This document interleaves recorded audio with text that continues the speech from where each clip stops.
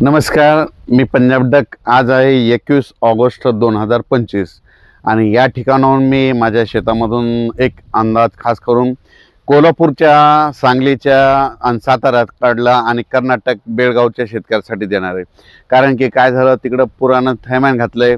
त्या कोल्हापूर, सांगली, सातारा, बेळगाव त्या सर्व शेतकऱ्याला सांगू इच्छितो की तुमच्यासाठी आनंदाची बातमी म्हणजे उद्यापासून तसं तर आजपासूनच सूर्यदर्शन होणार आहे आणि जवळपास सांगायचं झालं तर 26 ऑगस्टपर्यंत म्हणजे 21, 22, 23, 24, 25, 26पर्यंत हवामान कोरडं राहणार आहे. सूर्यदर्शन होणार आहे, ठिकठिकाणी सूर्यदर्शन घडणार आहे. कोल्हापूर जिल्ह्यात सूर्यदर्शन होणार आहे, सातारा जिल्ह्यात होणार आहे, कोकण पट्टीत देखील सूर्यदर्शन होणार आहे. त्याच्यानंतर सातारा, सांगली, बेळगाव, कर्नाटक तिकडं मंगसुळी तिकडल्या भागात देखील सूर्यदर्शन होणार आहे. म्हणून हा अंदाज लक्षात घ्यायचा. पावसाचा जोर ओसरणार आहे. आता पाऊस पडणार नाही.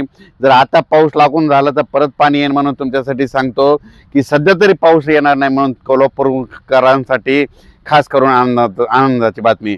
आणि ह्या 4 ते 5 दिवसामध्ये काय होणार आहे, पुराचा तुमचा पूर ओसरणार आहे. म्हणून हा अंदाज लक्षात घ्यायचा. आता आज आहे 21 ऑगस्ट 2025. आज खांदामाळण आणि उद्या बैलपोळा आहे. तर राज्यातल्या सर्व शेतकऱ्याला सांगू इच्छितो की आपण सांगितलं होतं नाही, राज्यामध्ये 21 ऑगस्टला ठिकठिकाणी महाराष्ट्रामध्ये सूर्यदर्शन होणार आहे. तर महाराष्ट्रामध्ये काय झालं की ठिकठिकाणी सूर्यदर्शन झालं. पण तुम्हाला एक सांगू इच्छितो की आता मग राज्यात आता काय परिस्थिती राहणार, कारण की इतका पाऊस झाला, शेतकऱ्याचं खूप अतोनात नुकसान झालंय. म्हणजे सोयाबीनचं झालं, कापसाचं झालं, म्हणजे संपूर्ण पिकाचं झालं. सगळ्या शेतात काही काही खरडू गेले. पण शेतकऱ्याला सांगू इच्छितो की आता ना जवळपास मध्ये आज 21 तारखेपासून म्हणजे सुरुवातीला आपण काय करू की पूर्व विदर्भाकडे जाऊ. म्हणजे 21 पासून पूर्व आणि पश्चिम मध्ये 6, 5, 11 जिल्ह्यामध्ये सांगतो की 21 ऑगस्ट, 22 ऑगस्ट आणि 23 ऑगस्टच्या दरम्यान म्हणजे भंडारा जिल्हा झालं, वर्धा जिल्हा झालं, नागपूर जिल्हा झालं, अमरावती जिल्हा झालं, अकोला जिल्हा, यवतमाळ जिल्हा, चंद्रपूर, त्याच्यानंतर अमरावती जिल्हा, बुलढाणा जिल्हा, वाशिम जिल्हा, हिंगोली जिल्हा आणि इकडे यवतमाळ जिल्हा. तर ह्या पट्ट्यातल्या शेतकऱ्याला सांगू इच्छितो की आणखीन 21, 22, 23 दुपारपर्यंत म्हणजे दुपारी 2-2:30 पर्यंत थोडं सूर्यदर्शन 3 दिवस होईल. पण काय होईल माहिती आहे का, दुपारी 3-4च्या नंतर पुन्हा रात्रीच्याला काय होईल, तुमच्या इकडं आणखीन 3 दिवस थोडं पावसाचं वातावरण आहे. खूप काही मोठं नाही, पण तुमच्याकडं 3 दिवस आणखीन विदर्भामध्ये 6, 5, 11 जिल्ह्यामध्ये हा पाऊस पडणार आहे. म्हणून खास करून हा अंदाज विदर्भातल्या शेतकऱ्यांनी लक्षात घ्यायचा. म्हणजे परत एकदा सांगतो, बुलढाणा जिल्हा, अकोला जिल्हा, वाशिम जिल्हा, हिंगोली जिल्हा, त्याच्यानंतर यवतमाळ जिल्हा, चंद्रपूर जिल्हा, वर्धा, नागपूर, भंडारा, गोंदिया, चंद्रपूर म्हणजे या सगळ्या जिल्ह्यातल्या शेतकऱ्यांनी सांगायचं. म्हणजे आज 21 ऑगस्ट, 22 ऑगस्ट आणि 23च्या दरम्यान 3 दिवस सूर्यदर्शन राहणार आहे.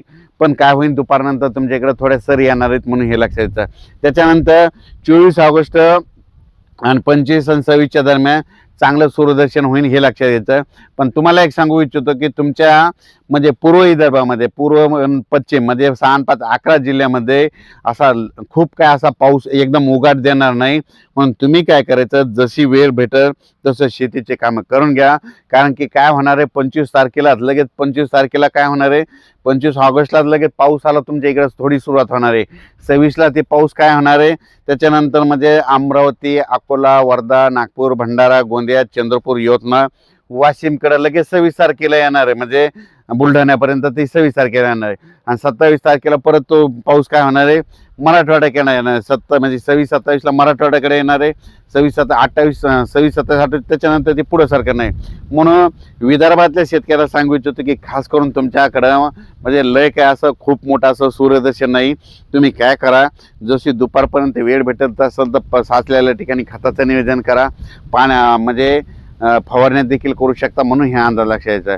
त्याच्यानंतर आता खास करून मराठवाड्याकडे सांगायचं झालं तर मराठवाड्यामध्ये हिंगोली जिल्हा, त्याच्यानंतर नांदेड जिल्हा, लातूर जिल्हा, बीड जिल्हा, परभणी जिल्हा, जालना जिल्हा, संभाजीनगर, धाराशिव.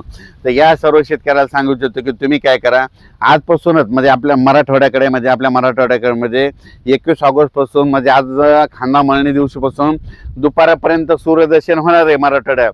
पण दुपारी म्हणजे बैलाची पूजा करत असताना रात्रीच्या म्हणजे आज म्हणजे खांदामणीचे काय करते, बैलाची पूजा करते. तर तुम्ही बघा बैलाची पूजा करत असताना काही काही ठिकाणी पाऊस येणार आहे म्हणून हा अंदाज लक्षात घ्यायचा. म्हणजे मराठवाड्यातल्या ह्या जिल्ह्यामध्ये म्हणजे एकदम पाऊस आज उघडणार नाही म्हणून हे अंदाज लक्षात यायचा. म्हणजे मराठवाड्यातल्या जिल्ह्यामध्ये 23 तारखेपासून 23, 24 आणि 25, 26 तारखेपर्यंत 4 दिवस चांगलं सूर्यदर्शन होणार आहे. पण आता मात्र 21 आणि 22 नंतर दुपारपर्यंत सूर्यदर्शन राहील.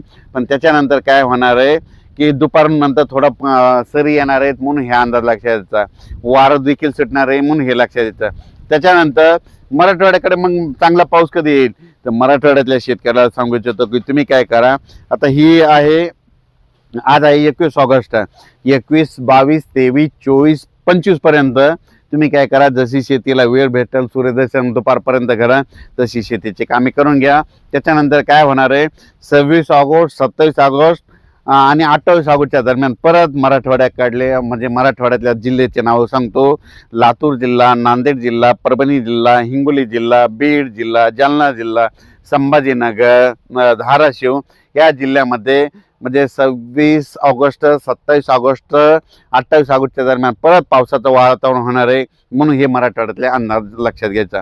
आता त्याच्यानंतर आपण उत्तर महाराष्ट्रातल्या शेतकऱ्याला सांगू इच्छितो की आज तुमच्या इकडं म्हणजे उत्तर महाराष्ट्रामध्ये नाशिक जिल्हा, घेऊ तासगाव, अहिल्यानगर, त्याच्यानंतर धुळे, नंदुरबार, जळगाव या 5 जिल्ह्याचं तुम्हाला सांगतो की या 5 जिल्ह्यामध्ये काय होणार आहे दुपारनंतर आज मध्ये ठिकठिकाणी सूर्यदर्शन झालेलं दिसतं हे लक्षात घ्यायचं. म्हणजे आज 21 ऑगस्टला, पण 21 ऑगस्टला शेतकऱ्याला सांगू इच्छितो की काय होणार आहे म्हणजे आज दुपारनंतर 3-4च्या नंतर तुमच्या नाशिक जिल्हा, अहिल्यानगर भागात, त्याच्यानंतर जळगाव, धुळे, नंदुरबार या भागामध्ये काय होणार आहे की या जिल्ह्यामध्ये पूर्ण दुपारनंतर सरी येणार आहेत म्हणून हा अंदाज लक्षात यायचा.